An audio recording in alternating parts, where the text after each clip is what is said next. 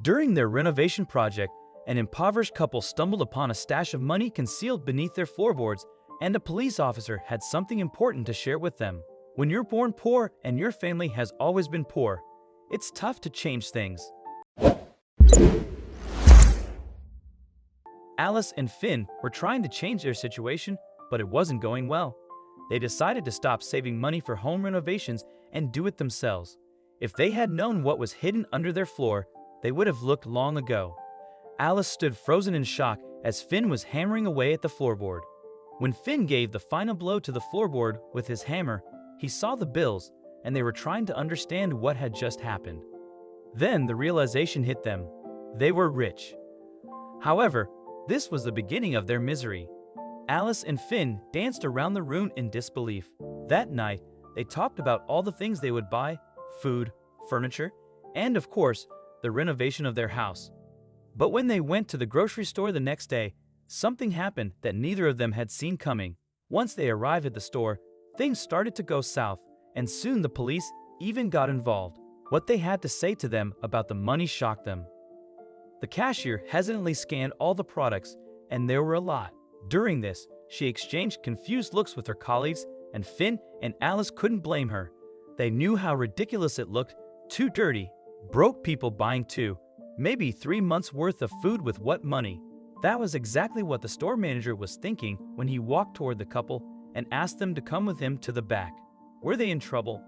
"I've called the police," the manager eventually said. "You'll have to wait here for them to arrive." He cleared his throat. "Why did you have to call the police, sir? We haven't stolen anything." The manager looked him dead in the eye and said, "Not yet." Finn was stunned. In all his life, he was never treated like this. He looked at Alice, who looked back at him, and they grabbed each other's hands. They both knew how badly poor people were treated in certain situations. It was a scary thought, but people sometimes act on their prejudices. Who knew if the police would even take them seriously? They both realized the story of how they found the money was a bit implausible. They could hear the police sirens coming their way and waited anxiously for them to arrive. Suddenly, the manager walked to the front of the store to wait for the officers and came back with 2 police officers by his side. They had stern looks on their faces and stood dominantly in front of Alice and Finn. "My name is Officer Smith, and this is my partner, Officer Hendrick. We can do this either 2 ways. You 2 follow me outside and go into the police car willingly, or we have to handcuff you 2 and do it the hard way." Alice looked at Finn, and he could see the fear in her eyes. That's why he slowly pushed his chair back and stood up. He looked into Alice's eyes and nodded his head to tell her to get up as well. Alice carefully stood up too, and they followed the police officers outside. When they passed the cashiers, Alice looked at the woman and could see guilt written all over her face. The car ride to the station was silent. Alice and Finn had never come in contact with the police before, but they knew they had to keep their mouths shut. Everything that they would say to each other could and possibly would be used against them. They had a feeling it would be a difficult case to explain, but they were going to try. Alice knew the money was theirs and wholeheartedly believed they were the rightful owners, but she had to think of a way to make the police realize that as well. But little did she know, the police would have a very difficult reaction to the money than she would expect. Once they arrived at the police station, Alice and Finn were escorted to a small interrogation room. But when they arrived at the door, one of the officers took Alice into the room, and when Finn wanted to enter after her, the other officer grabbed him by the arm and took him to another room. As soon as Alice realized they had split them up, she started to panic.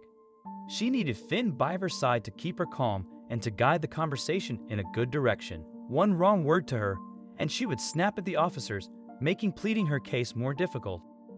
"Hand over the money you have in your pocket," Officer Smith suddenly said to Alice. He held out his hand in front of her. Alice hesitated. "Will I get it back?" Alice asked, but the officer chuckled. "We'll see about that." Alice sighed. She knew she couldn't refuse the officer's request. She placed the $500 bills in the officer's hand and sat down. The officer left the room without saying another word, leaving Alice all alone. It felt as if her heart was going to beat out of her chest, and her eyes began to burn from held-back tears. Meanwhile, Alice was still waiting for Officer Smith to return. Suddenly, the door swung open, and Officer Chris walked in. He looked angry and dominant. "All right, since your man doesn't want to tell me the truth, I'm going to have to get it out of you." Alice swallowed. He walked around the room and leaned on the table. "Tell me, Alice, where did you get the money from?" Officer Hendrick began.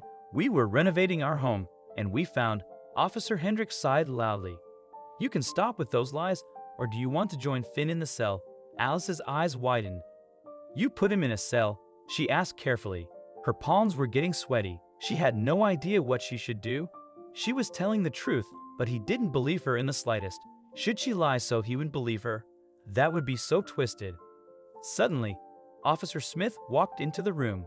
Alice sighed in relief as he looked a lot less agitated than Officer Hendrick. "Can I speak with you outside?" he asked Officer Hendrick, who immediately followed him. They stood in front of the door, and for as far as Alice could see, they were in a heated argument. That was very nice of him to ask. Suddenly, Officer Smith walked into the room again and asked Alice if she wanted anything to drink or eat. Alice hesitated, but she eventually asked for a glass of water. She thought, but why was he acting so differently than the other officer?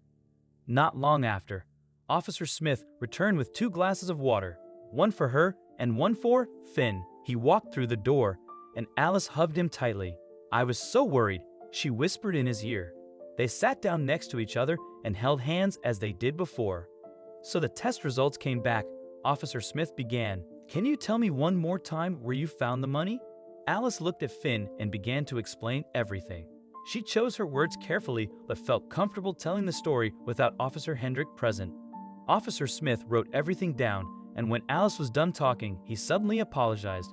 He told them there was no record of any money missing, and the serial numbers weren't registered as stolen.